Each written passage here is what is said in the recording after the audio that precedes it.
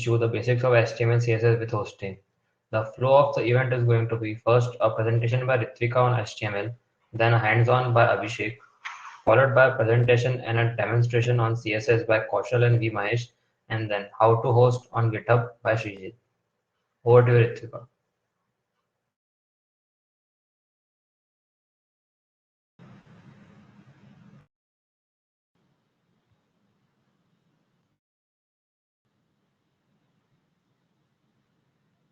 Uh, Good afternoon, everyone.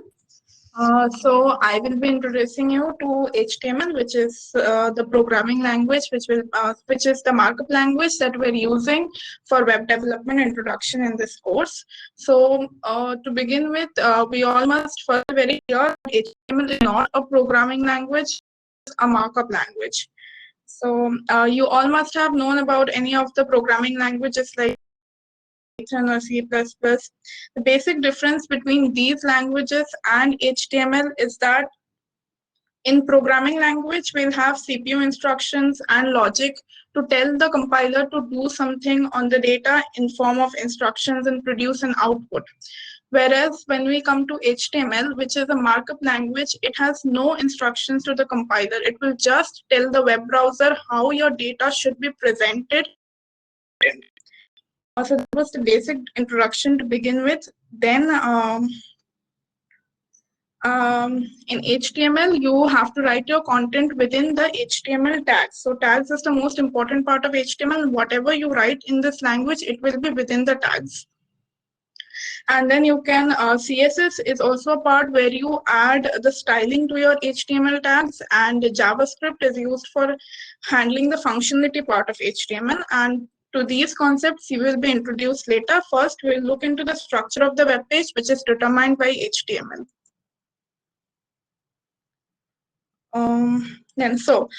The basic first tag is the HTML tag, which is necessary to start a web page. So within the HTML tag only, all other tags will be present.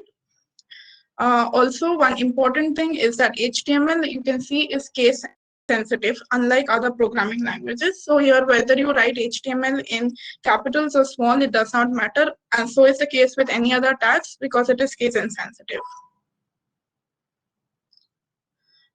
In the modern versions, there is no strict way to write HTML. The web browsers will take care, even if you don't mention the HTML tag in front of your web page, you can begin otherwise, but it is not a preferred way of writing HTML. So you should always make sure to write it in the correct way where you mention the HTML tags in the front, and within that you mention all other contents of the page. So this is a basic boilerplate of how your HTML page should look like. As I told you, everything will be enclosed within the HTML tags, followed by the head tag, which will have the title.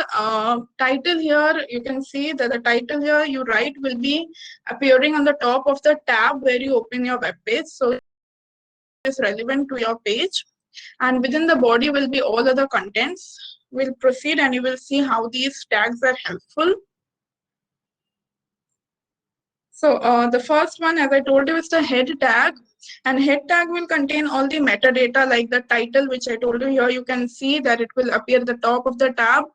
And any other metadata like you will later see about CSS and JavaScript. So all those files which you want to link to your current HTML file, you will mention it within the head tag itself, as well as other things like whether you want to import any external stylings or fonts from Google, etc. You will mention it in the head tag as well. One thing that you should keep in mind that anything you write within the head tag will not be seen on the web page that is displayed, except for the title, which will be there on the top of the tab. Other things are not viewed on the web page. Whereas the next tag, which was your body tag, will contain all the contents which will be viewed on the web page. And this particular part is called the viewport, which will have all the contents to be viewed on the web page. Okay. When you start with your first journey of HTML, there is nothing that you need to do extra. You can type your HTML code in a basic notepad file, save it and open it with the .html extension to it, and it will directly open in your web browser. Although we have standard editors for HTML codes or web development, but to begin with, you can do it in Notepad itself. So this is a demo code of the first basic HTML file that you can create, and it has been written in online editor of W3 Schools, and similarly you can find a lot of online editors. If you type in Google, you don't even need to have any external editor downloaded in your system to begin with your HTML journey. So inside the body tag, as I told you, you will have all the contents to be displayed within the web page. So I'll begin with the heading tag. As you know, any web page will have a heading to it. So these are the 6 heading tags that HTML provides you from H1 to H6. And here you can see the output here, which is presented in the browser screen, and as you go from H1 to H6, the width and the size of the heading decreases accordingly. So whatever you feel you need for the heading, you can use that. The next tag is the paragraph tag. Paragraph tag is the most commonly used tag when you want to present some content into the web page. Here you can see this is enclosed. This entire text is enclosed within the enclosing p tags here. Also, if you want to use any line break, you will use the BR tag, which is an empty tag, because you can see it has no closing tag here and nothing is present within the BR tag. So it is just used to produce an line break in your text. Here is the output of the previous code that you saw. Here is P and here is BR. So here you will see correspondingly you have a line break. Okay, the next tag that I'd like to introduce is the link tag. Often you have seen in web pages, you would see that there is, you click on it and you are proceeded to another page or another part of the document. So how do they achieve it? They achieve it using the link tag, which is the A tag here. In the href attribute of the A tag, you will provide the location of the web page or part of the page where you want to redirect your user. So here you can see that inside the P tag, we have given an A tag, which is redirecting the user to google.co.in. But in the web page, in the front end, you will be displayed with this keyword Google. So when you click on this, you will be forwarded to this page. Also, another thing is you can do local referencing in A tag as well if you want to move your user to a part of the page. So here you can see that we have done local referencing using ID here. So hashtag third is the ID of the page, of the part of the page, redirect the user. So I'm clicking on it, the user will be taken to the part of the page where we have the element with the ID third. And this is the demonstration of the code that we saw previously. As I told you, you will have the Google word in your web page demonstrated. When you click on it, you will be taken to google.co.in, which has been mentioned in the href attribute while you were coding it. The next tag is the image tag. The image tag will have an attribute src, which is the source location of the image that you want to display. So this source location could be either an online URL of whatever image you want to display, or it could be an image which you have in the local storage of your computer.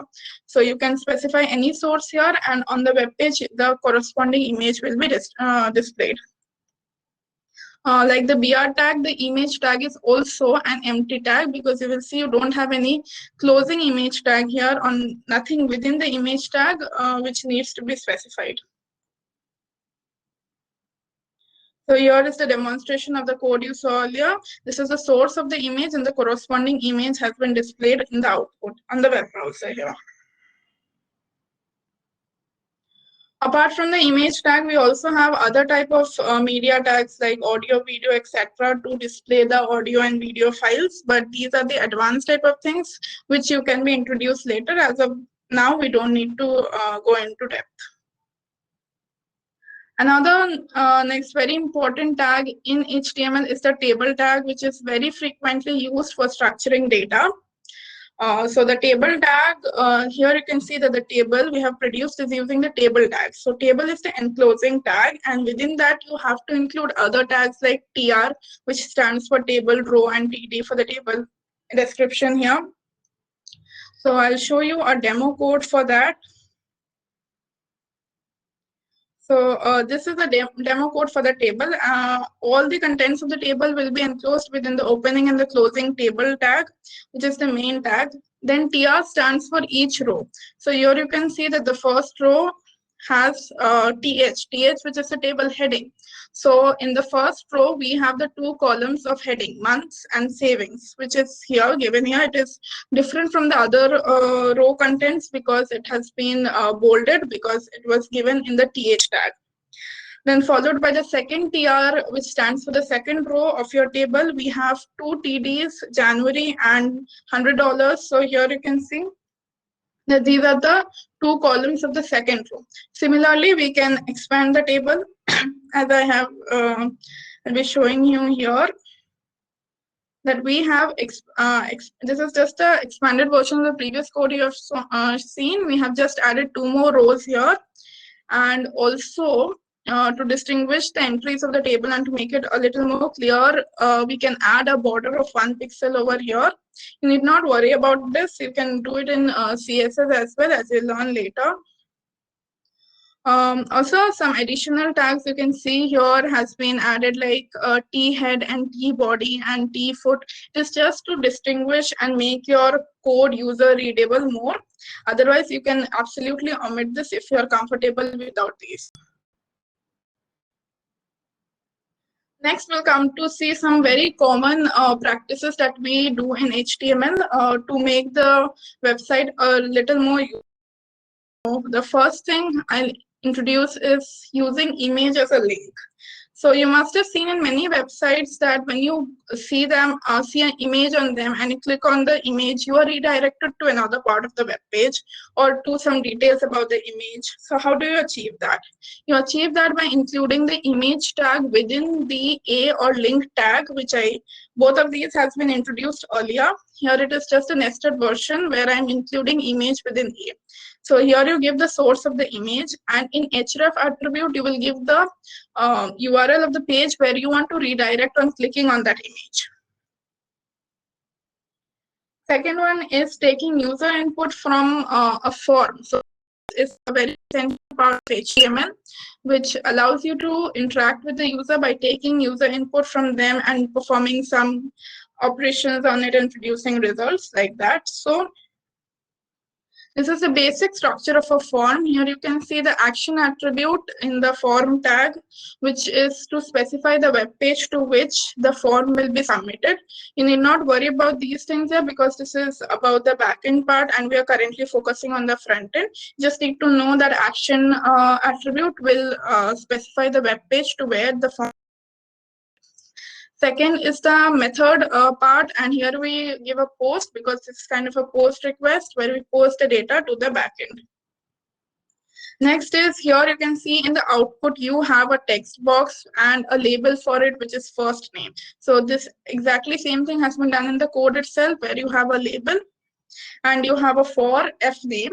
So this refers to, this means the label refers to the input element where the ID is f name.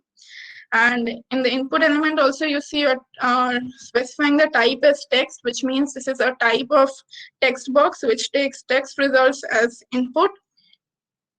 And you have many other type of inputs in HTML which you will be introduced to in the demo section of HTML later. So this is just the text tag that we, the text part of input which I'm showing here, and also it has a name which is used to refer to the input when you're referring to it in the submit.php file. And the ID is also used to uniquely identify this input tag, maybe for styling or any JavaScript action you want to do on that. Next, we have the submit button here. So submit button is different from other buttons, and how do we distinguish it? Distinguish it is using the type attribute. The type attribute here you can see a submit has been specified. That means as soon as you click on the submit button, entire data that you've entered in the form will be submitted to the backend file you mentioned in action. And the value of submit is written here. This is the same thing which is displayed here, the submit text that you can see.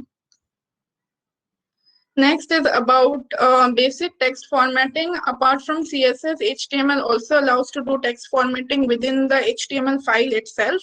So this is the basic things like B tag for bold or I for italics and U for underline. So this is the basic thing. You need not go for CSS in these cases. You can just use these tags within HTML to format your text. Then next, coming to the most important tag that you will see in any HTML designs is the div tag. So what is the purpose of div tag is, div stands for division and it is like a container tag, and inside contents of a particular part of a web page. So here you can see that this div tag is like one box here, and inside this you have an H2 tag, you have a P tag like this. So this is for demonstration purpose. We have given a style over here of a border of red and background color of light blue, but you need not worry about the CSS as of now. It's just to show you the div tag which has been displayed in the web page. Also, HTML adds line break automatically between div tags. So you can see if you add a paragraph after div, it will automatically move to the next line. So that was all about the HTML basics that you need to get started with. The CSS part and hands-on on HTML will be explained in the next sessions. Hello guys, so I hope my voice is audible. Now I'll just share my screen. I hope the screen is visible. And now we'll start the demonstration for the HTML. So I'll just create a new folder, open it, and just right click and choose this option, open with code.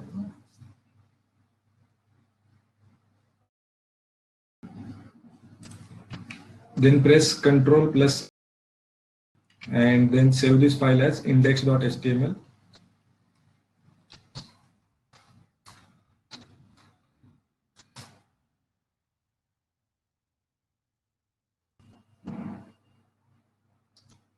So I hope whatever I'm writing is visible to you.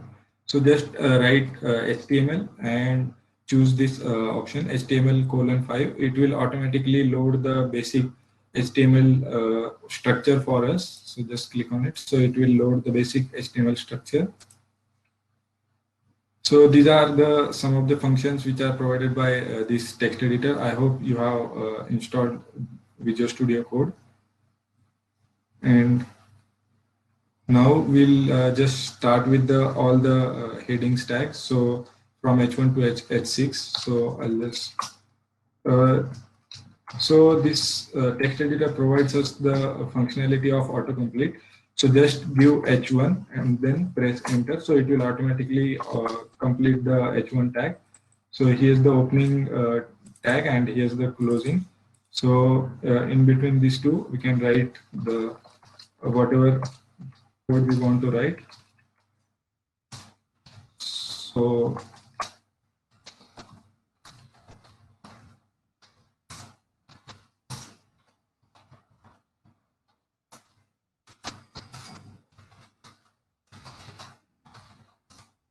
using these functionalities, you can increase your speed with HTML.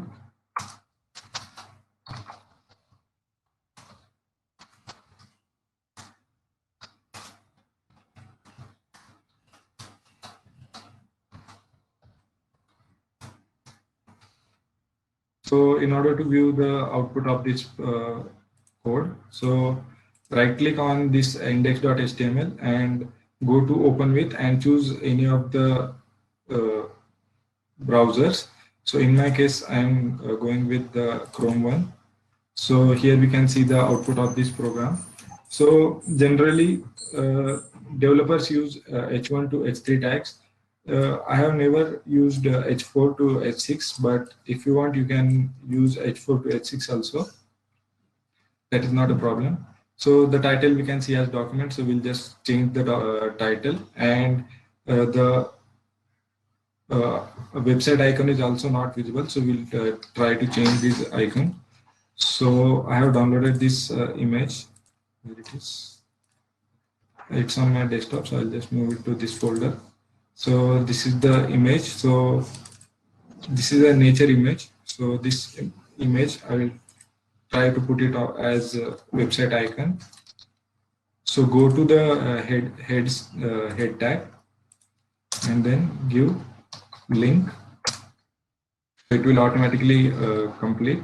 So in place of rel, just give the icon and whatever the file name. So in our case, the file name is img.jpg. So I'll give. So it will ask to autocomplete. So I'll just press enter, save the code, go to browser and refresh. So you can see the our website icon has been updated. Now I'll just change the title of this website.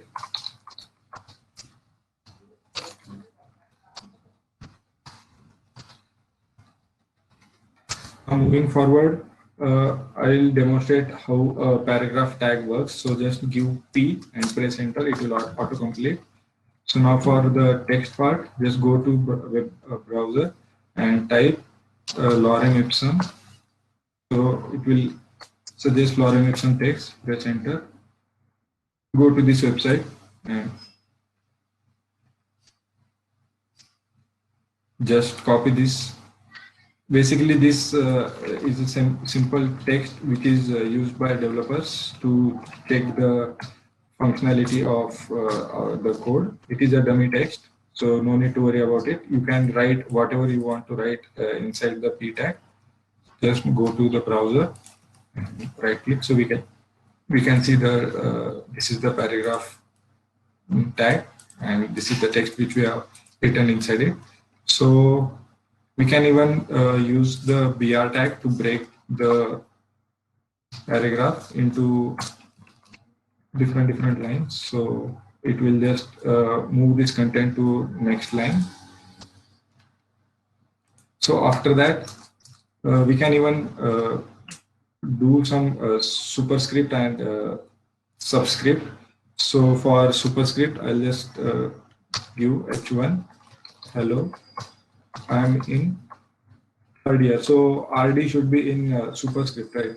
So I'll just write SUP and press enter. So it will autocomplete, and then I'll give third, and then I'll give year. So I'll just save it and go to the browser and refresh. So we can see the superscript tag. Also, there's a subscript tag. So I'll give H1.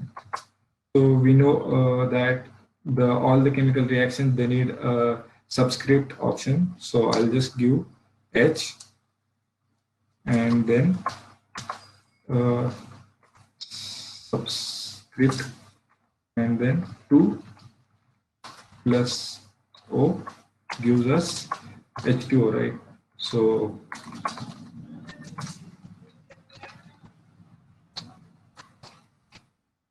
just save the document, go to browser and right click, so we can see H2 plus O gives H2O, and the 2 is shown in the subscript of the H. So the next thing what we can do is we can use the ahref tag to link our web pages. So I'll just give A and press enter, it will autocomplete. And over here, so we need to provide the URL. So I'll just create one more web page, and I'll just give, check out this web page 2, and I'll create one more. So I'll just save it as index2.html, save it, and once again I'll autocomplete. I'll use the autocomplete option to load the basic HTML syntax. So this is it, and now I'll give, this is second page of this tutorial. And inside the body tag, I'll give h1 below. This is second page. And now we'll try to link this index2.html inside the index1.html. So in place of href, I'll use index2.html, save it, go to browser. You can see a link is present over here. So just click on it. So we can see the page has been redirected to index2.html, and we can see the content of index2.html.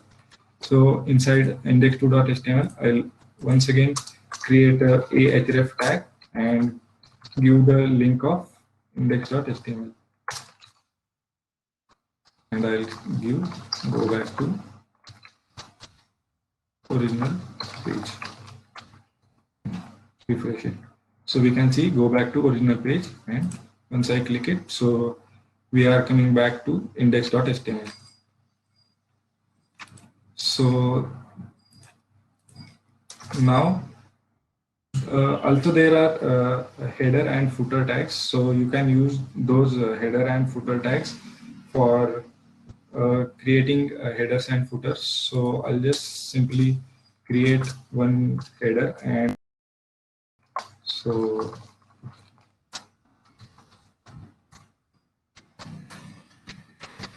inside the header part, you can create a navbar. This is out of scope as of now. We'll be creating the navbars and all in the upcoming sessions. So simply I'm giving this text for the header part, and for the footer part, I'll just give us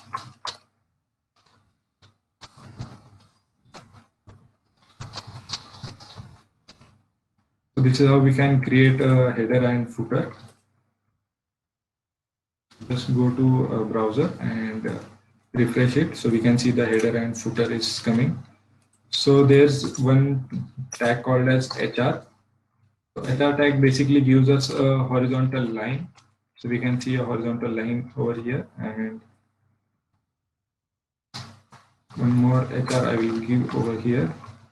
So our header part and our footer part is separated by this horizontal line.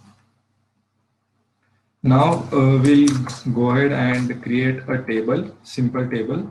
Before table, I'll just create some list. So there are two types of lists present in HTML. First one is unordered list, and the second one is the ordered list. So first we'll go with the unordered list. So UL tag represents the unordered list. So just give UL and press enter. So it will autocomplete. Then give LI and press enter. LI stands for list item. So we can give, before that I'll just give H1. I like the following animals. And now in place of LI, I'll just give cat. Then dogs. And one more I'll give us tiger. So just save the document and go back to our browser and right click, so we can see the unordered list has been the unordered list can be seen over here. So now we'll just create a ordered list. So for ordered list, just give OL. OL stands for ordered list and press enter. Then once again give LI tag. So LI stands for list item. Then give first item. Then give second item. Then give third item. And then give fourth item. So we can see the first item, second item, third item, and fourth item are displayed in our web browser. So by default, it is using 1, 2, 3, 4 for ordering the list. So we can even change the type. So just give type, and it shows us options: 1, capital A, small a, capital I, and small I. So capital A So it will give us as capital A, capital B, capital C, capital D. Similar for the small a, it will choose the alphabetical letters. If we choose the capital I or small I, it will give us the, it will create the list in Roman. So I'll just give small I and refresh the browser. So we can see 1, 2, 3, 4 has been listed in Romans. So now I'll just give capital A, so it will give us ABCD. So we can even change our start. So we can start from, let's suppose I'll give us 4. So it will start from D. So that is how we can even change the ordering of this list. So after these two lists, I'll just create a simple table. So just give table and press enter, it will autocomplete. Then I'll create first row. So just give TR. So TR stands for table row. And first row, we have to give create the headings of the table. So I'll just give TH. TH stands for table heading. And I'll give as SR, so basically serial number. Then I'll give as name. Then I'll give as registration number. And I'll give as hobbies. In the second row, we have to enter the data. So the tag which we'll be using is TD. So TD stands for table data. And so the first column will be the SR number. So serial number is 1. Then I'll give the name as XYZ. And the third column should be registration number. So I'll just give as 1081. And the fourth column is hobbies. So I'll just give cricket, football. One more row I'll create. Then I'll just copy this and paste it over here. So I'll just change it.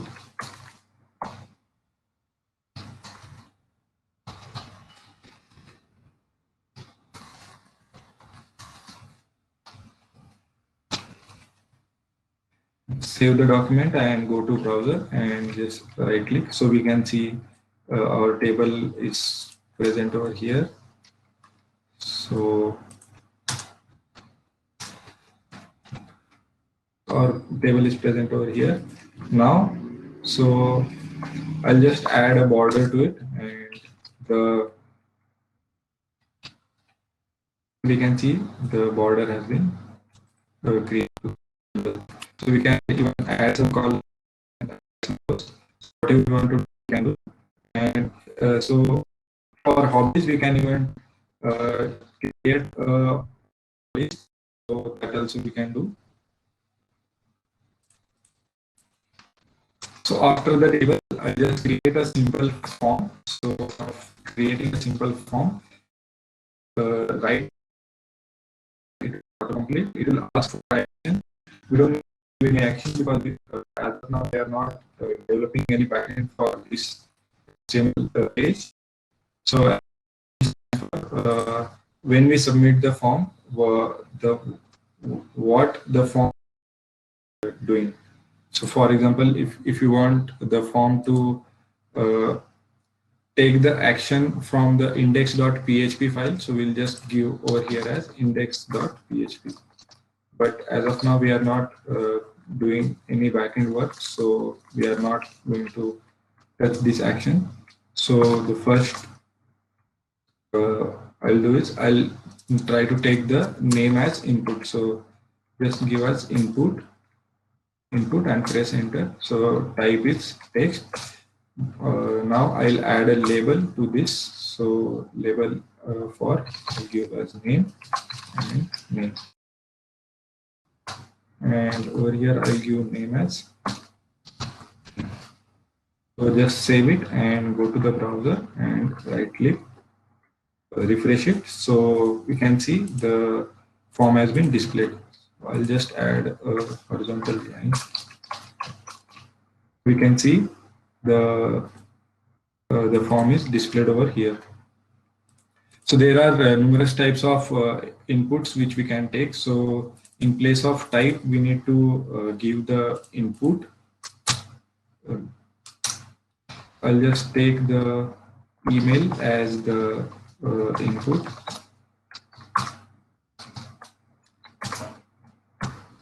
So in place of type, just give us email, and name, I'll just give us email.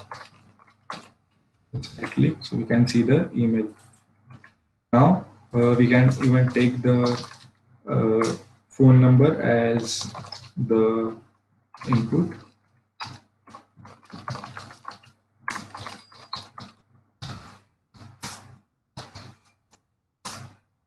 And the type will be the number. And name will be phone number. So this is how we can create some forms. We can even take the password as input. So I'll just give us password and password. So input I'll give us type should be password and name should be password. So whatever we are given in the for, so it should be presented. So whatever we are typing in the password field, it will not be shown. Now, in order to submit this form, we need to create one more type of input, which is type should be submit and value should be submit.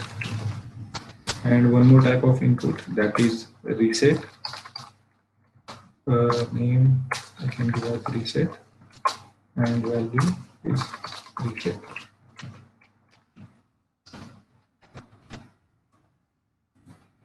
So if we click this reset button, it will just reset our form. It will reset our form, and once we click this submit button, it will take the action whatever we have provided over here. So there are a lot of inputs which we can give. So I'll just give us label, and it is gender, and so we are trying to get the gender as input. So I'll just give input, and the type should be a radio, and value I'll give us male, and name I'll give us gender. So we can see the gender. Okay. So radio buttons also we can take as input. So I hope whatever I have demonstrated till now you are clear with. Do you guys have any doubts? Tanmay, are they asking any doubts in chat box? Yeah, they are asking few doubts, like what is the use of ID which you have said? ID. Okay. Fine. So for this H1 tag, so I'll just give ID as, for example, heading 1. Okay, and I'll just go to the bottom part, and I'll just give a href tag, and the href is whatever we have given in the ID. So it was heading 1. I'll just copy it and paste it over here, and I'll just give go to the heading tag. So now just save it and go to the browser. So we can see this link is showing up. So I'll just click it. So it will go to heading 1. So whatever ID we have given. Also, the use of these IDs are when we are giving the CSS. So the IDs are very, very important.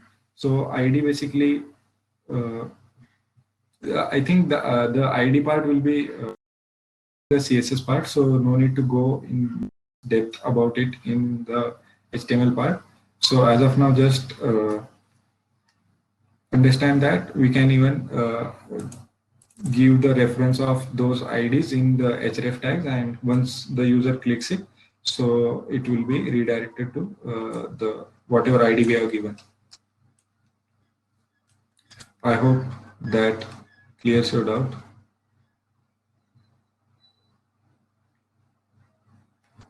Tanmay?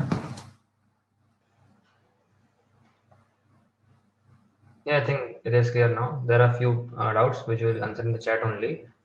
You can proceed. My part is over, so I'm asking for doubts if there are any in my part.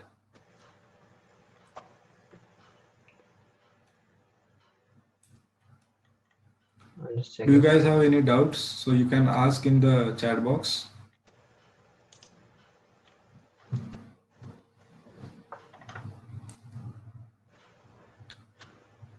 So no doubts, I guess. So I'll just stop it. And now the CSS part will be demonstrated to you guys. So over to you, Kaushal.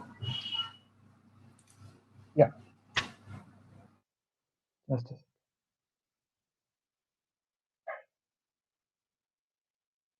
Okay, is my screen visible?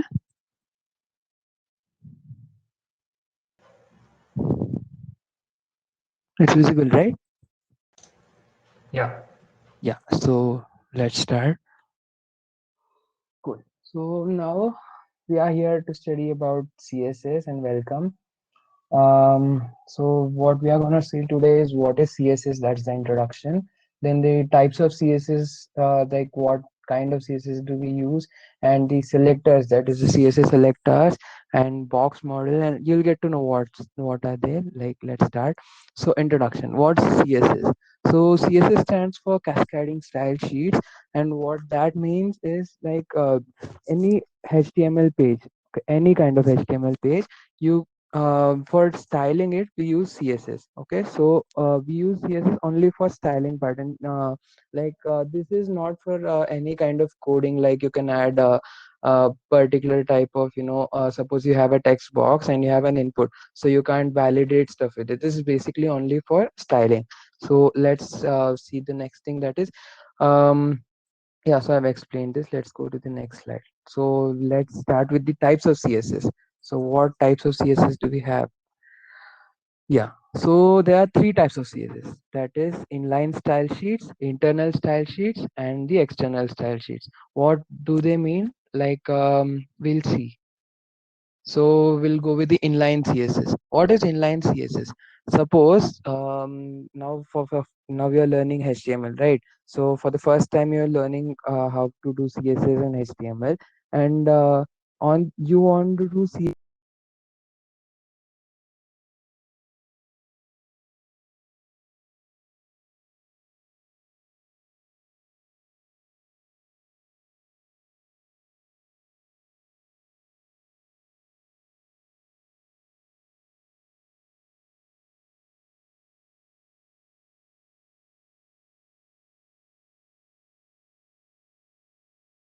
will be Times New Roman, and color will be blue. So to the h3 tag. Okay, so yeah, this is good, we can do this everywhere, right? But what's the problem in this? Like, why do we have a different type? So if you check, we have internal css. Yeah, why to use internal css if we know how to use like inline css, right? So if you see, suppose you have an h3 tag and also a h2 tag. Okay, like in the html you have an h3 tag and also an h2 tag.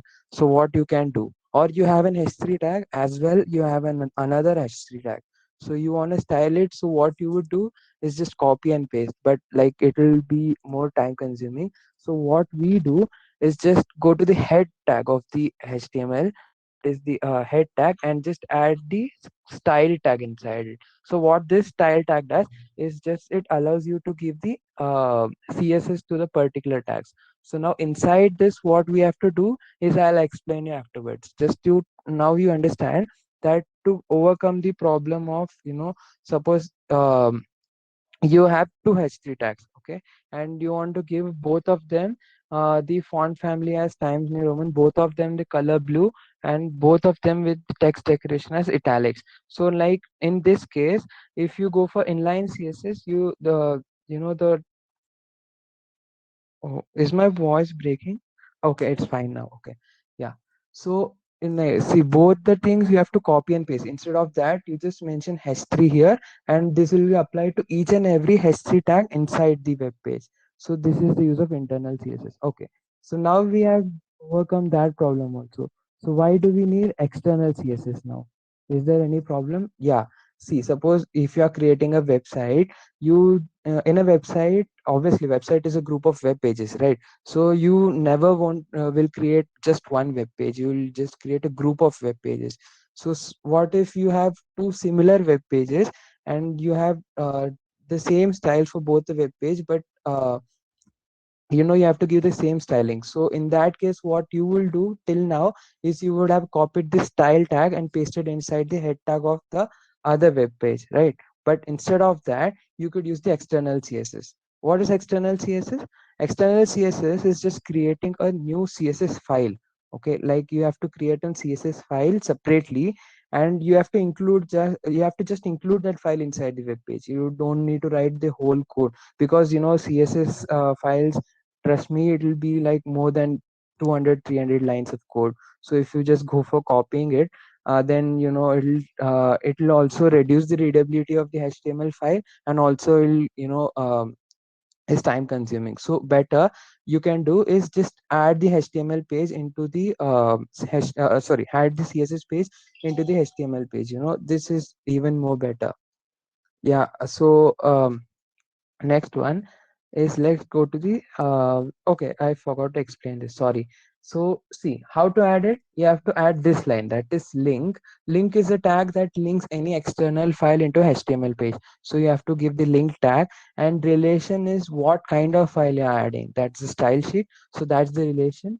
And type, you can add this, or you may not, because type, what it does is it just specifies what that file contains. Like it is text or CSS, like it can contain both. Suppose in any case of error, it'll just consider it as a text file, or else it's a CSS.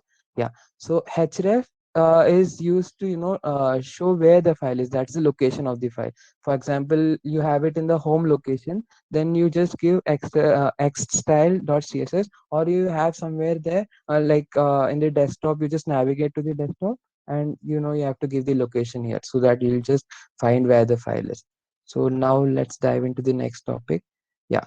So we'll see what are CSS selectors. Like, you have learned how to add a CSS file, right? Now you have to learn what to do with the CSS file.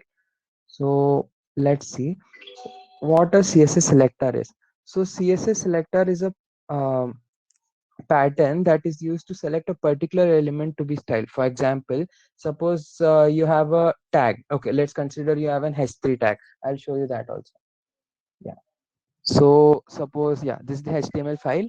Now you have an h5 tag here. Okay, let me take, yeah, h3 tag. This is the h3 tag, and now you want to give CSS to this.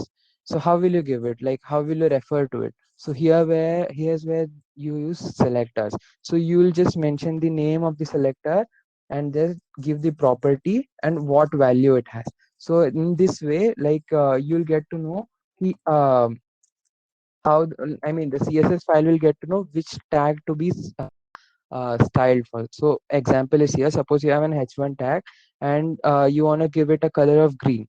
So this is the selector name, that is h1, and then you have the property, that is color, and the value of the property, that is green. So what it does is it takes all the h1 tags and gives it color green. Yeah. So let me show you. Let's go deep into it. So these are the types of selectors. Like, what kind of selectors will it won't be able, you won't be able to remember this. Like, we'll go it with the flow.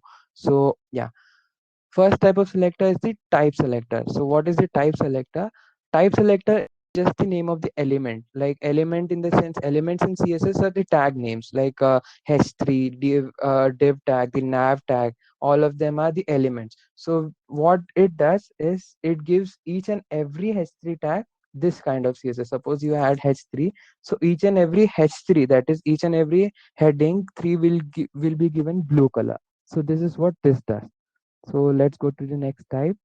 This is the class selector. Now why do we require a class, right? Suppose we have an h3 tag, I mean we have a type selector, so why do we go for a class selector? The class selector basically, suppose you have an h3, how should I explain? Okay, so there are five h3 elements. Okay, let me show you, that will be better. Yeah, so in this website, if you see, this one is an h3 tag, and okay, this one is an input element, this is a text box, and this is a text box, right? So in this case, this has different css, and I mean this has same css and this has same css. You can see, right, both have the same types of css. But if you see, this is a button, yeah, and this is a button, right? So in this case, both have different kind of css. If you had noted that this gives a yellow color background, I mean without hovering it gives a blue color, and now it gives an yellow. Now if you see this is different, right? So how can you do this? This, you can add this to a separate class and this to a separate class, okay? And then if you give the css, then it will apply to different classes. So this is why we use class selector. And how we do that? Suppose you add a class name called my id, okay? If you add this called as my id, and then you just give dot my id, okay?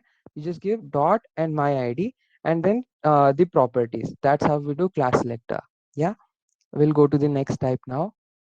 Yeah, so here comes the id selector.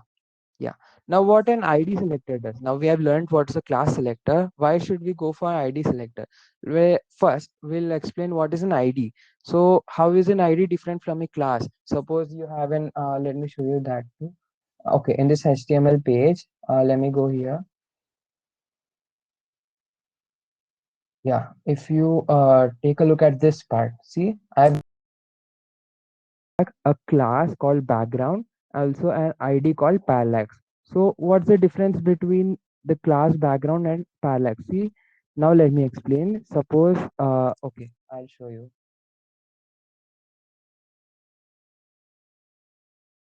So here, if you see, this is a image, and if you come down, here is an image. So if you see, both have the same kind of css, okay? Obviously the images are different, but the css are the same. See, the height of this the height difference between these two white boxes and here are the same, right? So like you can identify that both have the same type of css. Yeah, but if you check this first image, can you see the first image, like going a little bit with the scroll bar, it goes up, right? So I've selected only this image out of all these images, right? So like how I've did that, I'll show you. See, I've given this class as background, yeah, and the other classes also I've given it as background, right? But I've given this as id parallax. So what id basically does is id gives a separate reference other than all the tags. Suppose you have four div tags with the same class named background, and you give one with id parallax, okay? So what it does is this tag alone gets marked separately, like this tag will get marked as parallax. So this will be used if you want to give css for a particular tag out of a group. Yeah, so that's why we use id selectors. Now how to use id selectors? Now for class we use dot. For class we use dot, right? Yeah, for id, how we'll use hash. Yeah, so we'll use hash for id, and we'll give the property and its value. So this is how we use the id selector. Now for next selector, we'll go to the universal selector. This is just simple. Universal selector just applies for each and everything inside the website. Like each and every tag inside the body will get applied to this type of CSS. That is the universal selector. That's what it means. Like it's comes by the name, right? So how to use this? You have to just give a star. That's how we use the universal selector. Now let's go to the different type of selector, that's the group selector. Now we had seen key, like we had given the class name for our same tag, that is the h3 tag, and we had applied it. But suppose if you want to give the css for h3 tag and h1 tag as given here, yeah. So how to do that? We'll just use this comma delimiter before that. So what it does, it'll consider this as well as this. Yeah, so both will given the same css color blue. This is how it does. Like each and every h3 tag and each and every h1 tag will have the color blue because this is a type selector, if you remember. Yeah. So let's go to the next type. Yeah, this is the descendant selector. So what this descendant select? So descendant selector basically selects a tag inside a tag. Suppose you have a h1 tag inside a p tag and one outside the p tag. What this one will do is just consider the h1 tag inside the p tag. So if you have an h1 tag outside the p tag saying hi and inside saying hello, so only the hello tag will get colored blue and the hi tag will remain the same because it doesn't come inside the paragraph tag, right? So this is the descendant selector. You don't have to do anything, you just give a space so that it'll just understand it's a descendant selector. Yeah. So next one is the child selector. What's a child selector and how is it different from the descendant selector? The child selector does the same thing. See, suppose if you have an paragraph tag and you have an h1 tag. So what this does is it gives this color blue to all h1 tags inside the p tag. So how is it different from the descendant selector? Yeah. So it's different because see h1 tag, suppose you have a paragraph tag. Okay. Now you have a paragraph tag. Inside that you have an h1 tag. Now inside that like inside the paragraph tag you also have another paragraph tag. Let me just show it to you. Example.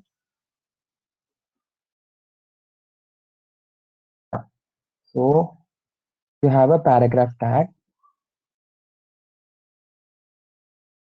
Wait, now inside that you have an h1 tag. Yes.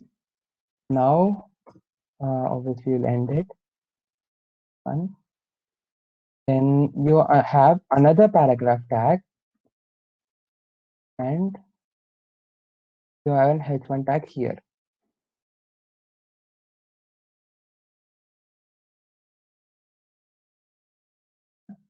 So we'll end this paragraph tag and we'll end this paragraph tag. So if you see, we have an h1 tag here. Say this says hi and this says hello. Yeah. So if you see here, this h1 tag comes directly under this p tag, right? Suppose let's consider that this is a h3 tag, or let's consider it's a div tag, right? So this paragraph tag, if you see, this h1 comes directly under this paragraph tag. Yeah, and this h1 tag comes inside the paragraph tag and inside the div tag, right? So what will happen with this kind of selector, that is the child selector, is only the direct descendant will get affected. That is, suppose if you see, only this tag will get affected with that css and this won't, because if you see directly this comes under p tag. And suppose, yeah, even if it's here,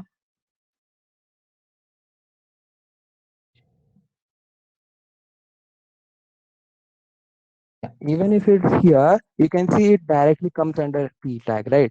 So it this will get affected, that is high will be in the color blue and this won't get affected, like it won't have any kind of css. So that's what the child does, and it's different from descendant. So next is the attribute selector. What is attribute selector? Suppose you have an element. Okay. Now, how do give CSS to that element attribute inside that element? Suppose, for example, let me show you. Okay, this is the index.html. Suppose I have an input element over here. Wait, I'll give you the yeah. So if you see, I have the input tag over here. Yeah, see, if you see the input tag, now input tag has in type text. Okay, now I want to give only a particular type of, like, only the text elements to a particular css. Okay, for example, we have text, and if you see we have email also. Now I have to give a css only for this type, that is the input tag with email type, right?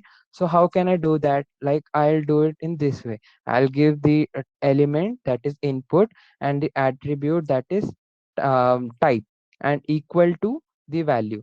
This should be given inside the square brackets, right? So this the type is equal to a email. So what this does, it will give the CSS only to the email type of input tag. So this is how this works, that attribute tag, and then you have to give the CSS properties. I also have the CSS for it. um I have to search for it, just a sec. Yeah. If you check this out, see, this is the class selector, if you remember, dot text box, and input.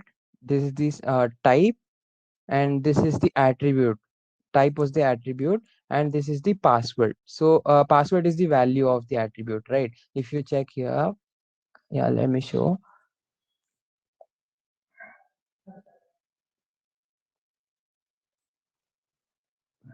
Huh. So if you check here, just a second, guys.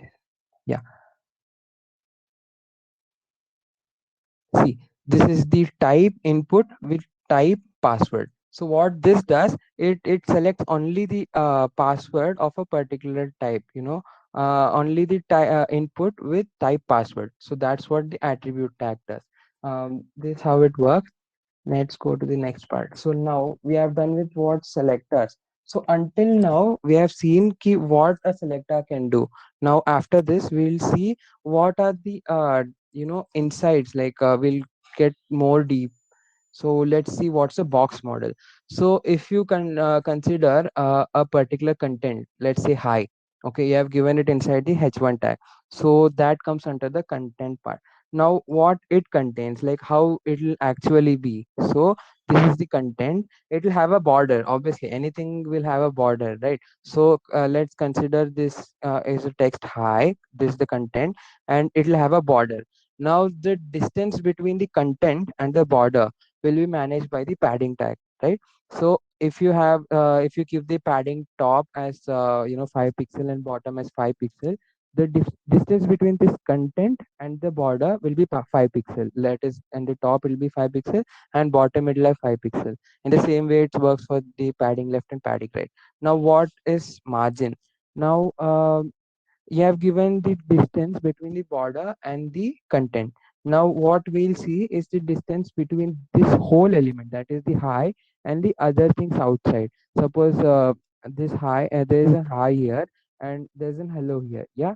So the distance between this high and this hello will be decided by this margin. So like how much far you want this content to be away from that hello. So this is decided by this margin. So this is the box model.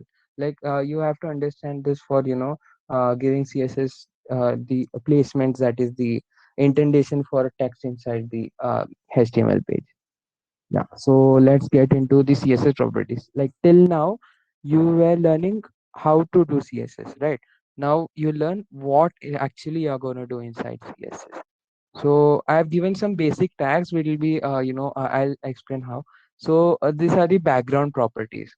First one is the background. What, like if you give a background, it is the, universal set of each and everything. I'll explain how. So first let's go to the other tags and I'll come here afterwards. So first let's see the background size. So this gives the background size, that is this the width and height, obviously, that length and breadth of the background that you want to give. Then you can also give it as cover or something. Like if you give it cover, then it will cover to the whole page, like it will get the whole page as the background. Then this is the background repeat. Now suppose sometimes the sizes of the images. Suppose you have a small image, maybe of 150 pixel and 100 pixel as I've given here, and obviously your screen is not so small, right? So if you give no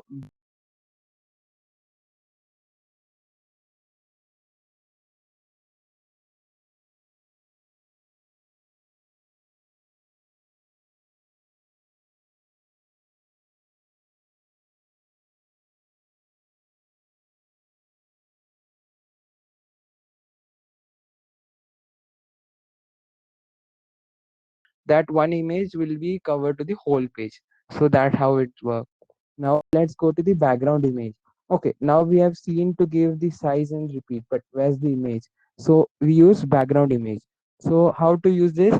We have to just give background image and URL. Inside the URL, like in the curly braces, you have to specify where the image is. That's the actual location inside your PC. So don't forget to give the semicolons after each and every line. You have to give the semicolon, because this doesn't understand indentation. CSS doesn't understand indentation. So background position. So what background position does is, actually, suppose you have a small image, okay, and you have given the background size as as default. So what is the size of the image? It will be taken. So now you want to decide the position of the background. So in that case, you'll use this background position, that is background position top, right top, or the left top, or the left bottom, or something like that. Okay. Then we'll give the background repeat. Now what, see, we have seen background repeat, right? These are the types of repeat, that is repeat, no repeat. Repeat Y will repeat the background images only in the Y axis. This is the Y axis and this is the X axis. You have to remember it. This is the X axis and this is the Y axis. So background Y will just repeat the images in this way, and background X will repeat the images along the X axis. So yeah, then afterwards we'll go to the background attachment. What background attachment does? Let me show you. It will be clear even more. Yeah. So yeah, if you see, this is background attachment. Now I have given the background attachment as fixed. If you see, the background image is not moving, right? Now here I have given the background attachment as scroll. Actually, I have applied JavaScript here, but now I have given, like, for to explain you, I have given it as scroll. So what it does, it will get scrolled with the image. So this is how it works, like background attachment. Next, we'll go with text properties. So what is text properties? To format text, we have different properties. So that includes color. Now, what's this RGBA? This is to define any color, we require three colors, right? That is the red, green, and so this what this A gives is the transparency. So RGBA, you just give the values of red, green, and blue inside it, and the transparency. So it'll take the value and give the respected output. So uh, text align. What is text align? Suppose if you see this box inside here, I have given text align as center, so it will get aligned to the center. If you give it left, then left, and likewise. So text decoration. What text decoration does is, it gives the boldness of the text. Suppose it's bold, bolder, or lighter. So I have given just bold, so it gives you the bold text. Now text transformation. Text transformation, like it's uppercase or lowercase or sentence case, whatever you want, you can give inside it text transformation. That is the text transform property. Then comes the text intent. Suppose you want to given user defined different distance from the container. Suppose this is the container inside it, and you want to give it just 30 pixels away from the container. So you just give text indent, and the first line of the text will get intended to that part. Yeah, so if you give 30 pixels from the container that contains it, the first line will get intended to 30 pixels. So this is how text intent works. Now next comes the letter spacing. What is letter spacing? Letter spacing will give the space between each and every letter. Suppose SI, we want a distance between them as 2 pixels, so it will give 2 pixel distance between each and every letter inside it. So what's word spacing? Suppose you have two words here, right? Sign and in. So how to give the distance between them? You use word spacing. Suppose you want 10 to pixels between each and every word, so you give word spacing. That's how text works. And then comes the button. Now if you have seen buttons and links in outside websites, it will look something like this, right? I'll show you. See, can you see the change in color after I move my pointer inside? So this is how it works. How can we do this? So that can be done using buttons or link selectors. Now, what are these? Let me explain. So this is hover mode. What's in hover mode? If you move your mouse pointer above it, so it'll this mode will be active when you move your mouse pointer above it. So this is what hover mode means. And you know what, how to use it? Like, I'll show you. See, you just have to give the class, I mean, any kind of selector, and you have to specify the mode on which you have to activate it. Suppose I have given it hover mode. How to do that? You just have to give a semicolon, I mean, a colon, and the hover mode, the mode you want to use it, right? So this is the hover mode I've used, and then you can give the CSS properties inside that. Yeah, so this is the hover mode. Now active mode, nobody uses it basically, like everyone doesn't use the active mode. Active mode is that suppose you have visited a link and you again see that link, then you active mode gets, suppose you see the sell button for the first time, okay, and you just click on it, and after some time you again come to this page, then you have already visited the cell, right? So at that time, this mode gets activated. That's the active mode. Now let's go to the focus mode. Suppose you have clicked the button. Yeah. So you have clicked the button, and after clicking, you want something to happen. So that's called the focus mode. I'll also show what a focus mode means. Just a second. So yeah, see, if you see, I've hovered it and now I'll click the button. If you would have noticed, that gets an out border. If you see a black color border outside it. So that was basically done by the focus mode. So after you click it, it gets the border. So that's how, that's, I just wanted to demonstrate it. So no one uses the focus mode, usually, but yeah, that's also a type. So next are some more properties. Like these properties are commonly used. This is the height and width property. Suppose you have a div tag and you want to give it a particular height. So we use height and width. Then comes the transition. What a transition is basically. Let me show you. Yeah. So if you see, I hover this. I hover my mouse pointer to this button, and you can see it after some time. Like that goes yellow after a little time, right? It just didn't get directly like this. So that basically is done using this property. So I've given the transition as some time. This is 3 milliseconds, right? If you see 3 milliseconds, then after 3 milliseconds the hover mode will get activated. That's how the transition works. And then there's the border radius. I'll show you that also. Yeah, border radius, if you see, I have hovered this, and this border is not sharp. Even if you see this div tag, this border is not sharp. So this is how the border radius works. Now inside border radius, what you have to give is just the pixel, like how many pixels do you want. Usually we give it as 4 to 5 pixels. That's a lot actually. And that's how much you give the border radius. Then the position. Now we come to the important part, like what's the position actually. If you see position, there are some types inside position, like we have relative, absolute, fixed. I'll show you what's the position type. It'll explain more better now.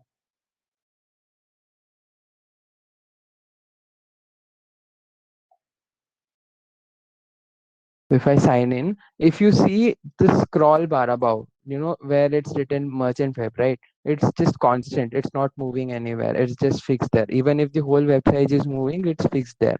So that can be done using the fixed. That is, if you give the position as fixed, it'll just remain there. That's how fixed works. Now let's go to absolute. Suppose if you see this thing, these buttons are somewhere inside, in a random place inside the website. So how to do that? You just give the absolute, that is the position as absolute, and you give the I'll show you that. You just give it absolute and you give its place, like where should it be, then it will go there. That's how absolute works. And relative. Now relative does the same thing. Excuse me. Relative does the same thing, but the difference between relative and absolute is that relative considers all its fellow tags inside. Suppose I've given absolute for this whole container of these buttons and relative for each and every button. I'll explain it more better. Like, see, I've given absolute because I wanted it in a random position inside in by random I mean I want an user defined position for this whole container, right? And I've given relative for each and every box because I want this position relative to this and this button, right? This button should be relative to this and this button. If you give absolute here, what will happen is this will overlap, like all the three buttons will overlap each other and they'll come one on another. That's why we use relative. Okay, that's how you use relative. Then comes the top, bottom, left, right. Now these are also important properties. What these properties does, it specifies where you want the element. Suppose I have given top as 300 pixels for this container. I have given top as 300 pixels and left as something like 10 pixels. So this where this get located, like 300 pixels from the top, and from left it gets 50 pixels. And let me let you know, like top, bottom, left and right, these properties works only in the absolute mode and the relative mode of the position. In fixed mode, obviously that doesn't make sense, right? You want it fixed and you are specifying, like if you mention it fixed and you mention the container as relative, then what it happens, it like the container will get adjusted but not the box. So that's how it works. Then comes the font size. Obviously that gives the font size of each and every text inside the, you can use it to give the font size of text inside the HTML page. And the font family gives the font family, that is the anything inside this can be used. Like not all websites have its particular font, so you can use them, like you can use Courier, Calibri, Times New Roman, and something like that. Yeah, so after this, this is how much we learned today. So thank you. And also let me know, I mean, if you have any doubts, you can just mention it inside the text box, your chat box here. Do you have any doubts? Okay, how are pixels measured? Yeah, so pixels measured, like if you now we have screens, right? Pixel has, how are pixel measured in the sense, each and every pixel, how should I explain? Like, okay, suppose you see this screen, right? Now, each and every, like you, the display of this screen is divided into pixels. Suppose if you see this introduction, like this text here, inside that there are many pixels. Okay, so using pixels we display things. You know that, I guess. So that's how you measure pixels. And suppose for pixels you can use random, like 30 to 40 pixels you can use, and you can check the location by refreshing the page. That's how I do actually. Each dot in a yeah, that's a pixel. So or if you are not comfortable with pixels, you can also use percentages. Suppose if you want a box, suppose this box, if you see this box, I want it to the left, that is the 30% of the whole screen. um, that means that this distance should be 30% of the whole screen. So you can just give left is 30%. So what it does is the left side gets 30% space between that. Any other doubts?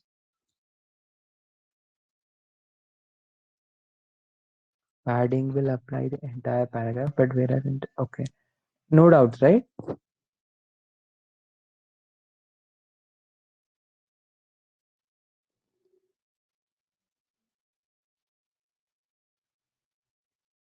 Okay, if there are no doubts, then let Mahesh take over. And also, before I quit, I'll just tell you, like till now, the CSS, like till now, at now you are at the stage to create a website like this. You can surely create a website like this.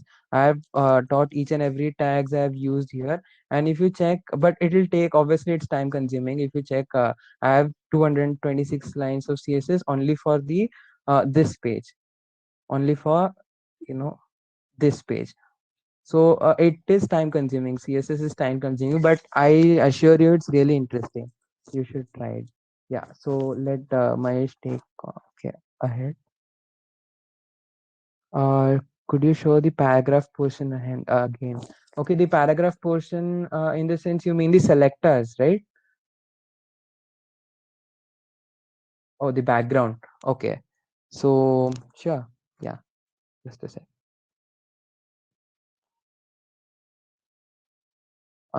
You mean the background properties, right? So the background properties is the background size. That is what this does is it gives the size of the background image or whatever you have inside the background. And the background repeat tells you whether you want to repeat the background image or not. Like if I show you here, see, this small box you can see inside, that's my screen. Okay, this box, if you can see, this small, right? It's not obviously not the size of my screen. So if I don't have it to the size of my screen, then and I give it as the background. And by default, what happens is that this box will get repeated again and again. Suppose this box goes here, and again this box will repeat here. Then one comes here, one comes here. That's what happens by default. So if you give background repeat as none, just one box will be here. And if you give background position size as cover, then the whole the page will be covered with one box like this image back behind. You can see I've given the background size as cover and background repeat as none. So this is how it looks. Then next we come with background image. Yeah, this specifies what kind of image you want, and URL inside this URL function you have to just give the URL of where the image is located. Then the background position, it tells where the background position, suppose you have a small image, it tells where the background image should get located, like the right, top, left, or somewhere, anywhere. So then comes yeah, background image. I told you these are inside the background repeat. You can have these values, that is the repeat y and repeat x. Just remember this, in repeat y and repeat x, uh, x is this axis, that is the horizontal side of a screen, and y is the vertical line part of the screen. So this is the y axis and this is the x axis. So repeat y, what it does is it'll the image will get repeated in the along the y axis, and in repeat x the image will get repeated along the x axis. That's how it's done. Then the background attachment is fixed scroll, local initial inherit and local no one uses actually. Like initial was what it was before, and inherit is suppose if you have an web page, it just inherits the attachment. Now what we use usually is fixed and scroll. By default it's scroll, but if you give it fixed, what happens, it will look like a sec, I'll show you how it looks. Yeah, if you give it fixed, it'll look like this. See, the this one is moving, but this is fixed. The background image is fixed. That's how it looks like after you give it fixed. So yeah, I've done with this part also. Anything else? Just a sec. Will you share the recordings? Yeah, sure. Like you'll get the PPTs, each and every material you'll get after the the class. How will the codes be written? Codes be written in the sense, like I didn't understand how the code your question. Can you elaborate on your question?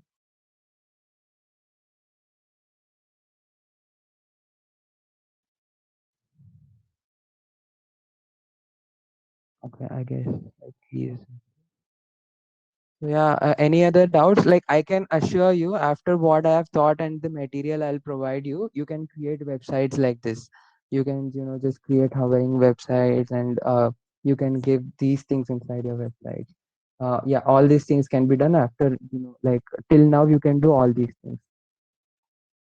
Yeah. So one more.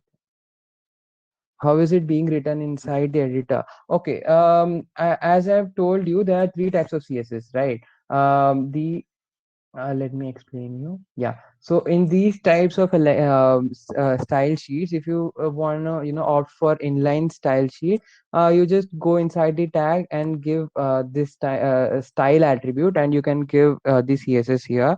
And suppose you want the internal CSS, just go to the head tag and apply the style tag, and inside that you can give the properties and its values, so it'll get applied there. And suppose you want to give an external CSS, you just give the link tag and inside that you give the rel attribute, that is the relation attribute, and what it tells is what kind of file you're adding, that is the style sheet you're adding here.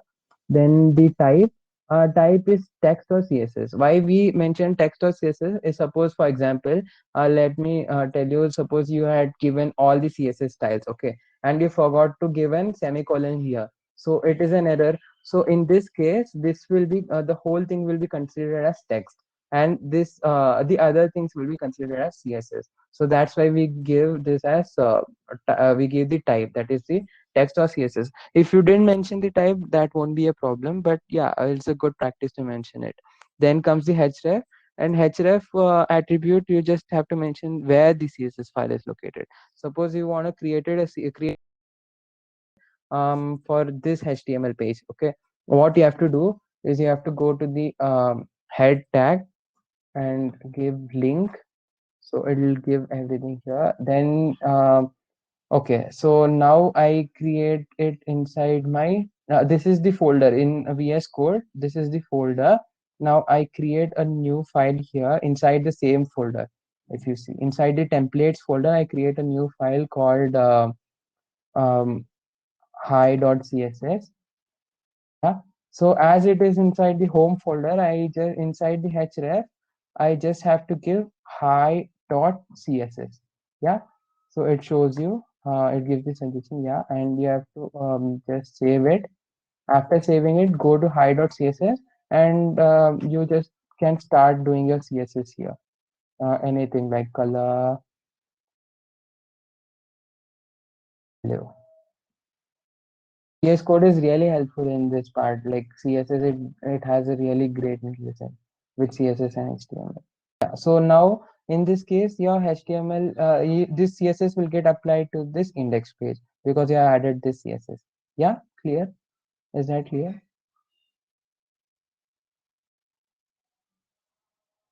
Hmm. Yeah. Okay. Thank you. So let Mahesh take forward. Yep. Thank you, Kaushal, for the really good introduction on CSS. So just give me a second. I'll share my screen.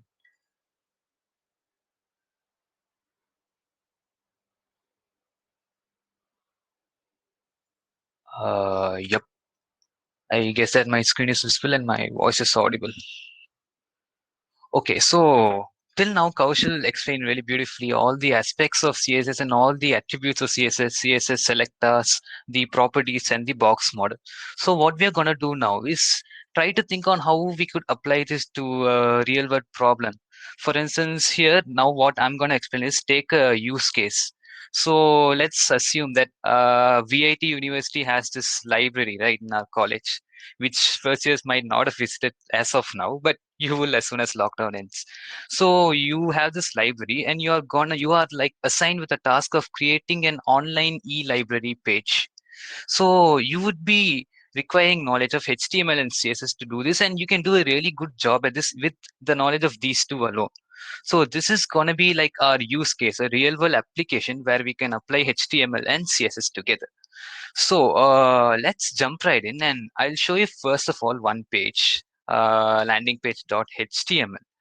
So like on first looks, how does it look like? Does it look good, or could there be like more formatting, more beautification? You could probably type it in your chat box. Look good or not that good, or it could require more improvements. This page.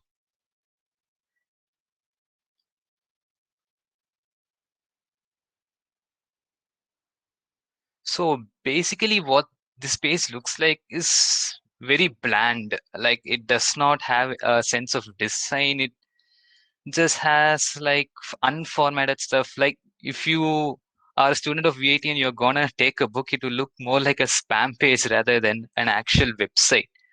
So again, this page has been displayed only using the code of HTML. And now to see the difference when you apply CSS. This is the page after applying CSS. The same page, which just looks too bland, after applying CSS looks absolutely stunning, or just gets a whole new facelift. if I might say. So what we are going to do now is try to understand the coding which went into designing this page.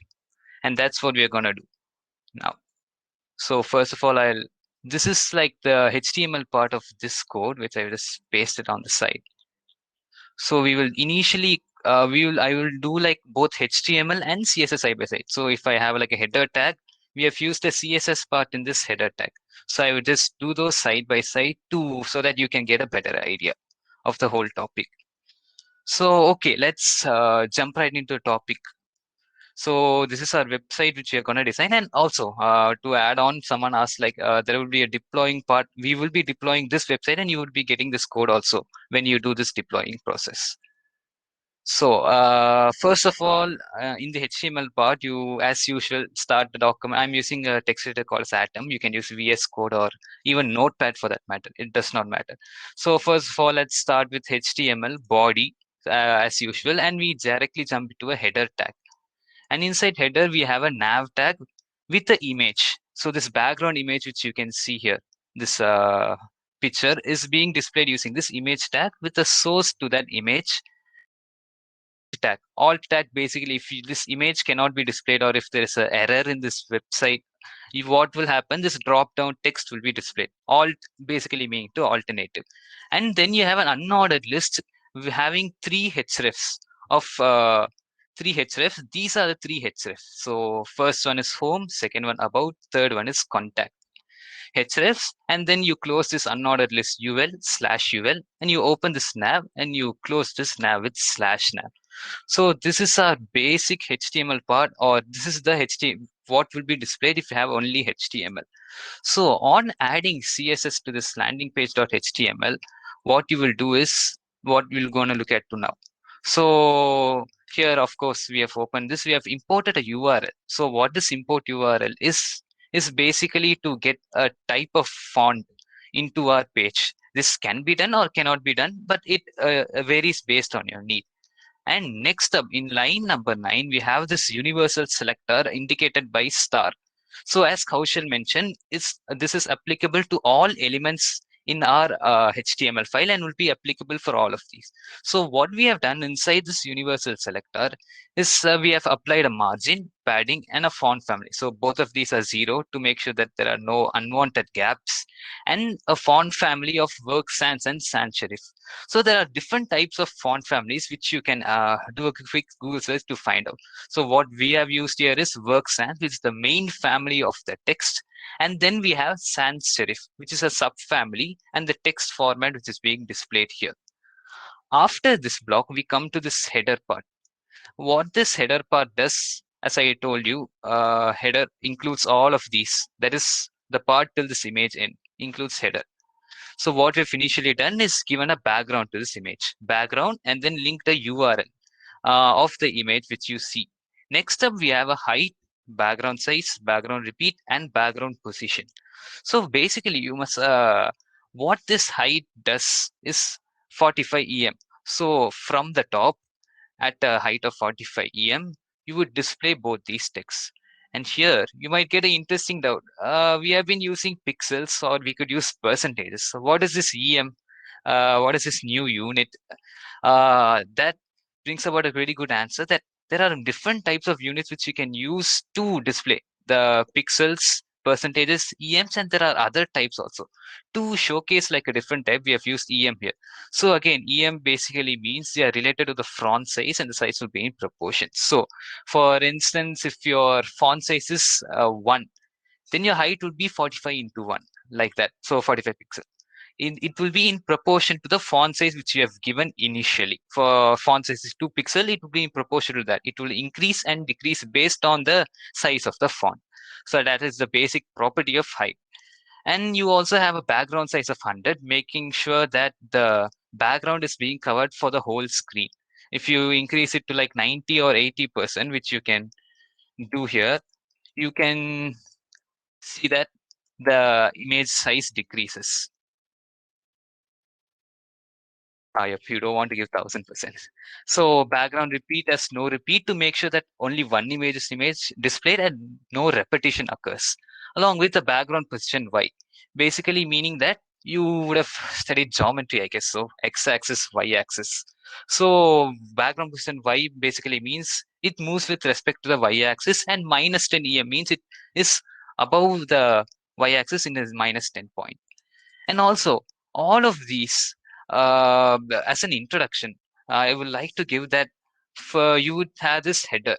You would be Kaushal discussed the various types of selectors. This was universal selector, and this header, nav ul, nav ul li, all of these come under element selectors. That is what you have done here is we have just given this HTML tags header, nav, image, ul, which are already predefined.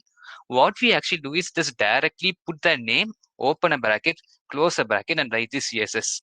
This can be done easily for all of the stuff which are already predefined in HTML. For instance, if you take another example, you have this div class is equal to hero container. We, the programmers, gave this name as hero container. But this header, nav, image, all of these are already predefined. So to you give styling or to apply CSS to these types of tags, what you will do is just put the name that is header, and you have nav ul next, open up the bracket and type all of these CSS effects which you want to apply. And also another basic terminology which you would like to remember to sound cool maybe is that the left hand side background is actually the property of the CSS, and what you define in the right hand side is the value. And it is also very logically sound, like so height is the property, so the height property is what you will be applying on the elements of header, and the value which you're going to give to the header is 45 em, that is the height. So these are like a little bit of basic concept which I like to throw in there. So next up you have nav ul, so which we have seen here, nav, and then ul basically referring to an unordered list, and you have three ahrefs here which you can I'll just refresh this page. These are the three elements: home, about, and contact. So home's ahref refers to this same page, about refers to the second section of this page, and contact refers to the third section of this page. So what we have done for a part of styling is nav ul. So this is a different second type of CSS selector which you would have heard of. So this is a hierarchical selector where first there must be a nav, and inside nav there is a ul. So the CSS effect will be applied only if the ul is inside the nav tag. If a ul is outside the nav tag, the CSS will not be applied. That is, the CSS effects such as float, right, and the margin 1 em, 8 em will not be applied. And here again, margin 1 em. This em refers to the distance or the movement with respect to the y-axis, and 8 em refers to the movement with respect to the x-axis. And float right, as the name indicates, make sure that this part is at the right-hand side of your page. For instance, if you change it to left, and there is also center as an attribute, there are various factors which you could explore. So if I change it now to float left, this has come to the left-hand side of the page. So this is for nav ul. And again, another selector is that nav ul li. So inside navigation nav, you have this unordered list, and inside this unordered list you have this list element. So list elements are these three: home, about, and contact, and these have a color of white and a list style of none. So list style other attributes are like you can have this radio button styles and all which you can put it, and a display of an inline block and margin left font size which we have seen earlier. And another new concept which comes here is cursor as pointer. So what does this indicate? And again, you can, for most of CSS, you can just recollect your basic English stuff. If you know that, you can find out or figure out logically most of stuff which occur in CSS.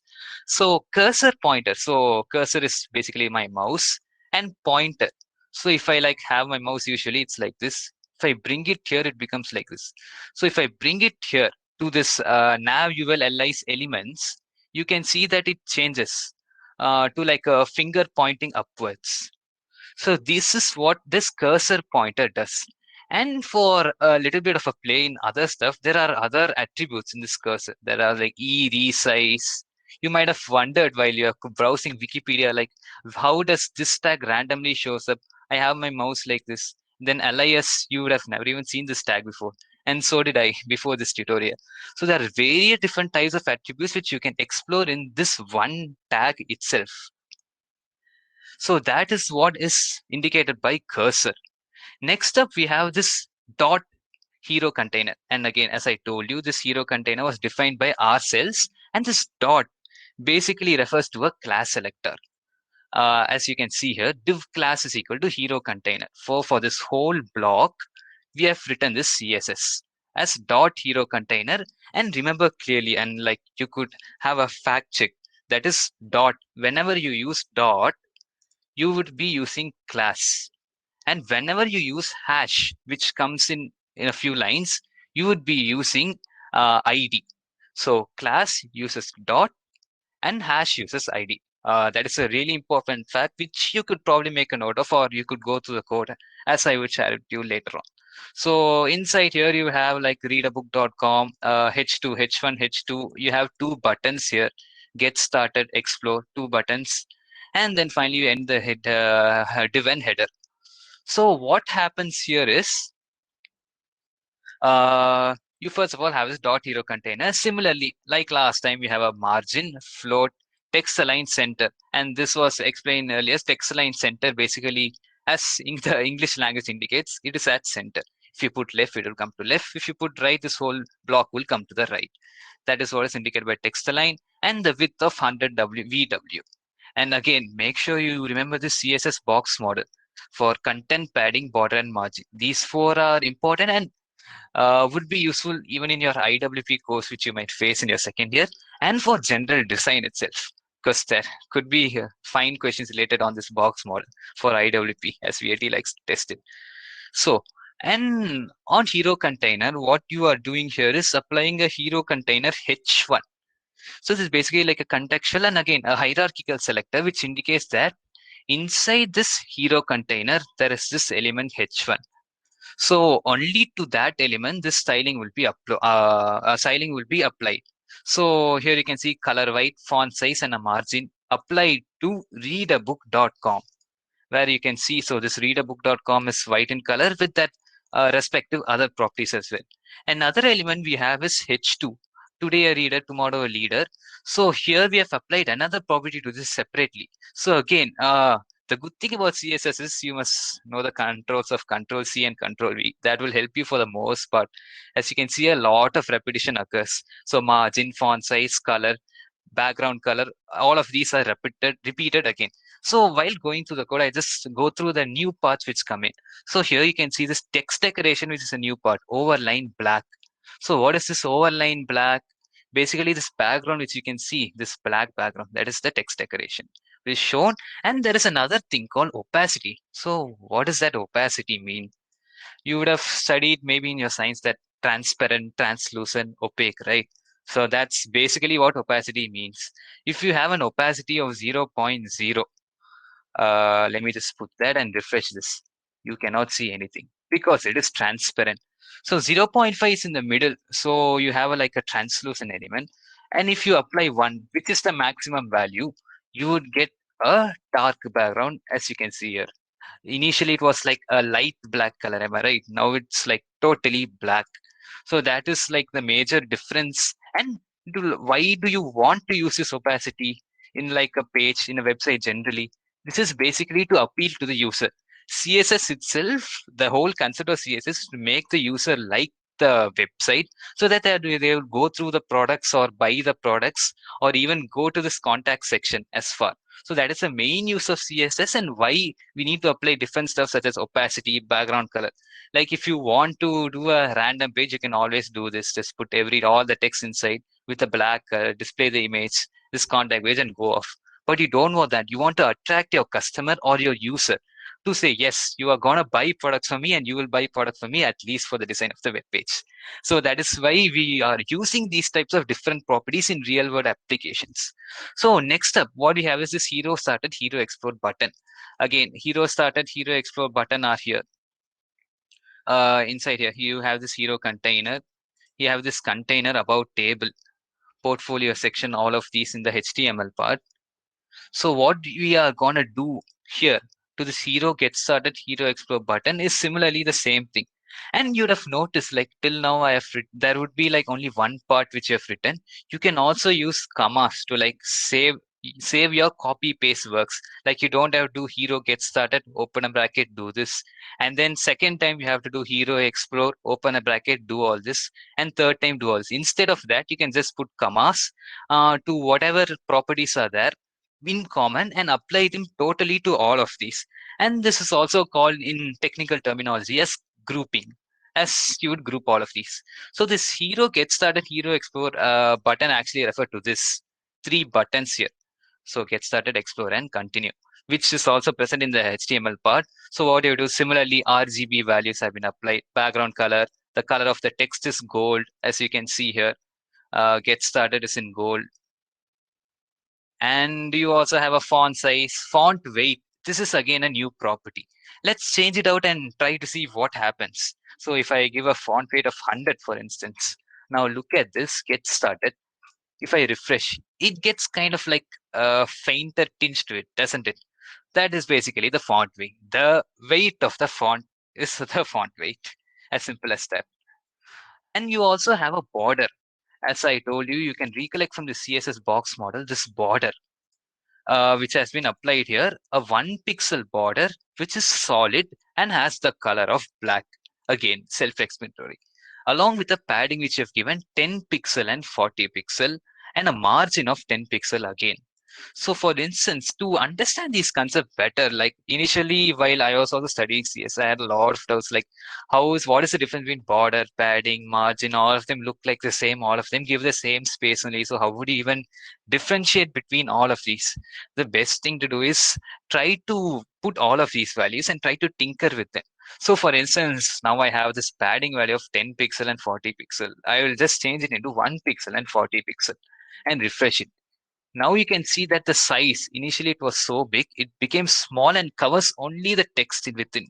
So this is basically the concept of padding. So now this margin of 10 pixel, first of all, refresh it back to what it was. Margin of 10 pixel, I'll make it as a margin of 1 pixel. And let's see what is the changes reflected. So the gap between these two elements is decreased now. As I change the margin to 10 pixel, if I change to an extreme high level, 100 pixel, what happens? You can see that the space between the two elements is decreased. That is what is indicated in this part. Margin, the space between the two elements would be increased or decreased based on the margin quantity I've given. So that is for margin. And border. You have a 1 pixel solid black border. I'll just refresh the page to get this. So now you would give a border of 10 pixel, for example.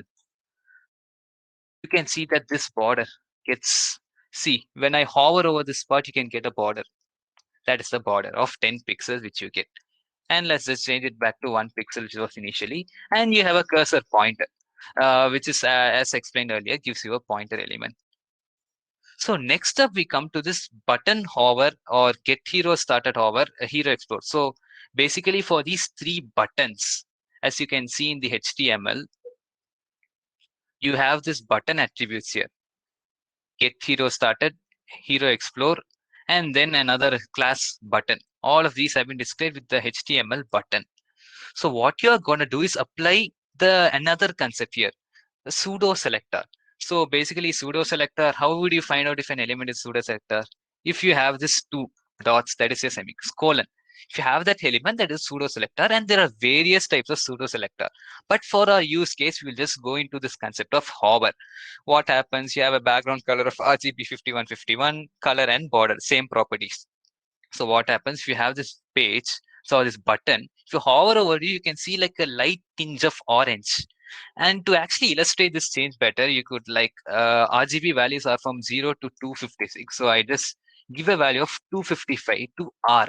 So red color is more dominant because I've given it a 255 weightage. So if I refresh this page, you can initially see that buttons are black in color. Now as I bring my mouse over it, and I just keep it in there for 2 seconds because there is lag sometimes. So if I keep my mouse there, you can see that the color changed to a red color. So this is like a hover effect you can give. And you can also apply a time lag to this using another property Kaushal told about. I let that to your thinking. So what property would you apply to give a hover effect over it? You can give a time lag to do that. So color goal basically for, remember that color goal actually is always, if you put color separately, it is for the text and not for the background. If you want to give color for background, just state background and put it as it is. So that's a simple concept. And another thing, hero container button active. So if I hover over the button, I get something due to the pseudo selector. And if I click on this button, what will I get? Is what is indicated by this active. So if I change this, I will give a more weightage to blue, for instance, RGB. So, oh yep, I have to refresh the page. Make sure to always do that. If I click on its button, you can see a blue color coming. So that is what, when this button is active basically meaning it is being clicked on, then this color changes to blue. And again, this is just for a sample. What you can do is add more attributes, add more effects, and see what changes it brings about. So that is what this button active does. Similarly for the about table, now we have completed this part, we come to the second bit. So here we have this about table, service table. What we have done to actually bring this images from this random format to this, we have done nothing but use the table concept which was discussed initially, if you remember, using the HTML tag of table.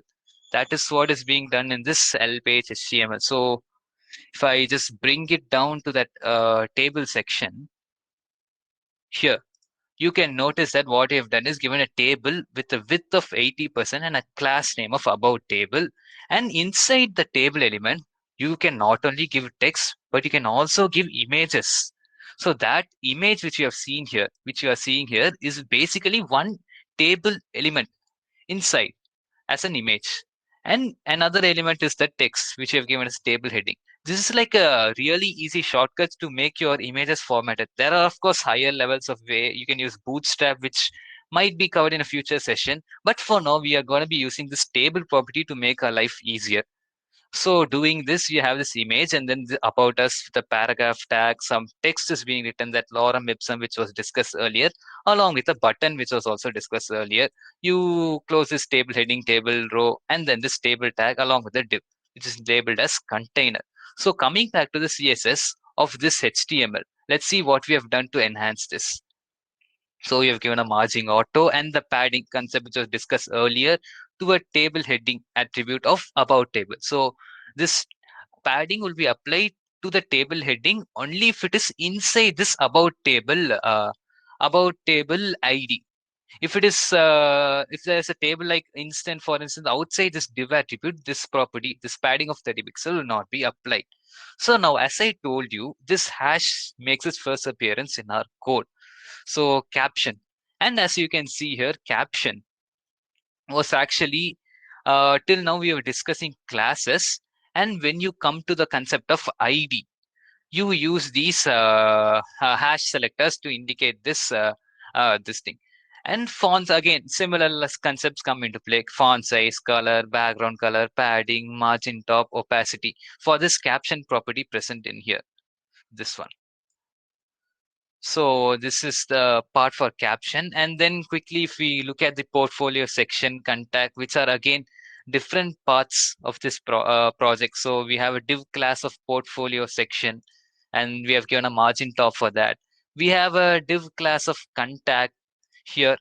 So we have given a contact a margin top of 2em.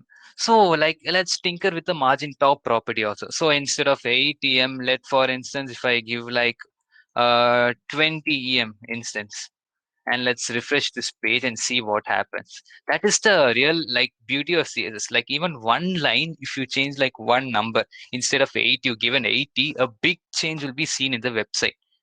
See, you can see that the gap has appeared here due to what I changed that 8em to 20em. That is what brings about a change in this margin top of portfolio section. So this is the portfolio section. The margin above it has now formed a gap. So I've changed it back to 8em. So if I refresh it, you would see the gap has decreased. So these are the use of margin top. And in like real projects, why do you want to use this margin? To make your page look better. Like if you have it so close by in this page without CSS, like it doesn't look that good, right? Basically the use of CSS to make things look better. So if you apply a margin on top of this div element, what happens is this page will look more better and beautiful. That is the major use of that. Along with that, you've done the same thing for contact.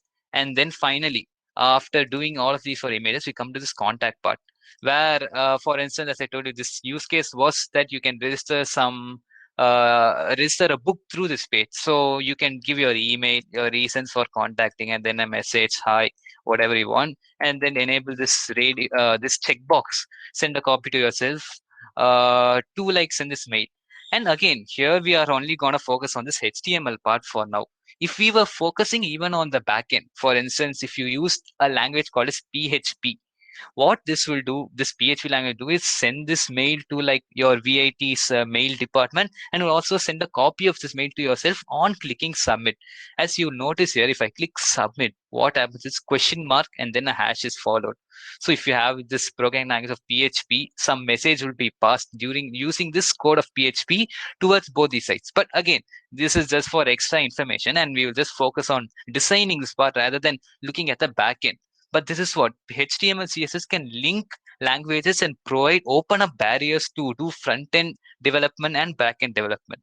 So, okay, nevertheless, coming back to this contact page, what you have done is again provided a width of 70, margin, padding, same stuff for this form element. So again, another concept which I discussed earlier in HTML alone, standalone form, we have used this form and then done styling using CSS as well. So this is the form element inside the code for this part. HTML code is that you have a table width of 100%, you have an email, all of these stuff, and then you have this options which have been selected using option or value. So option is for select, as the name indicates, for selecting the option. Value is what will be passed to, like as I mentioned, right, the PHP value. If you give that language, this option one would be passed. But again, we are not going to focus on that. And the select comes to an end, div comes to an end, table division, table row, table, and div. So we are just closing all the time. Make sure you close all of these stats. Like at the beginning, if you like if you use text editor, it won't be a problem. Even if you like open the stack, it will automatically get close. But in case like even in your if you do this in Notepad or like in your IWP lab, or IWP basically is the internet and web programming course which you might get, they might encourage you to use Notepad maybe in your exam, since they may not have these kind of software. So if you open there, make sure to close, because it might cause certain errors which is a bit hard to debug, because as HTML is a markup language, it won't be easy to debug. So always make sure to open, close, and then write your code. That is a really important fact that I would like to state. So again, coming back to all of these contact ID, you have label, and also make sure to label all of these while writing down or doing a web page. You have done the same thing for contact ID form. You've given a width of 70, padding of 20 pixel. Again, for the table heading, this one you have given a width of 50% so that it stays in the middle. And then exam email input, exam recipient input is basically these text boxes. Just a second, yep. You can see your exam email input with your email and exam recipient input with your option value. All of these are basically the input classes with the type as email. For all of these text which you are seeing here, this your email, reason for contacting, message, all of these are styled using these attributes. Again, we have seen all of these before.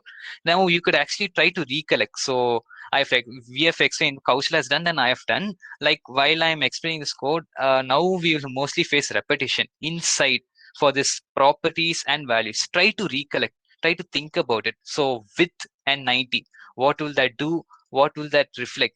That will be like the best way to learn CSS. And as again, Rome can't be built in a day and CSS can't be learned in a day. You have to do that with practice, and you have to do that with tinkering, which I like to do a lot, which I show you, right? I decrease the width to 90, 80, 70, like that. Change around things, look around things, and then learn it that way. It will be a really easy stuff, which you can do with this code itself. So again, same thing for all these three have been applied. Label with font weight of bold. As you can see here, label for exam email input. You can also give like your email separately without this label tag. But if you do that, like your code doesn't look good, and HTML, you would like to follow a certain syntax, like do a tr, td, div, /td, all of these you would like to label. Like in for instance, I guess you might have come across Python code as a first year. So there you would have to follow certain syntax. You would have to make sure that a tab space is given after a for loop or while loop. So that stuff have to be followed, that syntax have to be followed. If not, your Python code give an error. But in HTML, no errors will ever be displayed unless you have another software to detect error. You can just type in anything and do anything. That is actually a big plus point of HTML, as it allows you to unleash your imagination along with CSS. So again, that is your choice. And again, why am I explaining all these stuff in the middle is since we are discussing like real world applications, you would like get these questions from time to time, and as you start to code in HTML and CSS. So that's why I'm like just trying to solve the queries which I got in my mind when I did all these stuff. So again, we did this label font weight as bold. So coming to this form input type is equal to submit.